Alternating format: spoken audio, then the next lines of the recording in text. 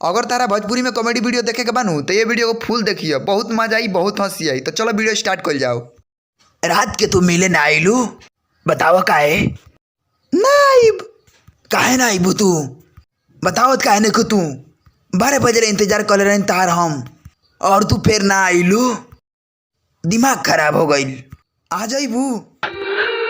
नहीं, चुप हो जाइए। बिहार के रानी होई का रे, ते बिहार के रानी हईस? तो मारत काहे बड़े रे कुत्ता?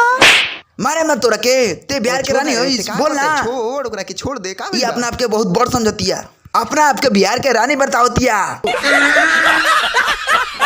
अगर ते हमरा मोबाइल में पबजी खेले के चाहता रे तो सबसे पहले तोरा गोबर ढोए के पड़ी।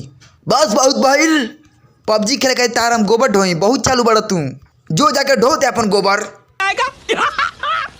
मस्त जोक मारा रे, ये हंस रे हलकट हंस। अंजलि दारू पियब? कुछ ना होई, महुआ का दारू है। ई दारू का पैसा हम दम अंजलि। हमरा जेब में 20 रुपया बा, और आज हम तरह को फूल दारू पियाइब।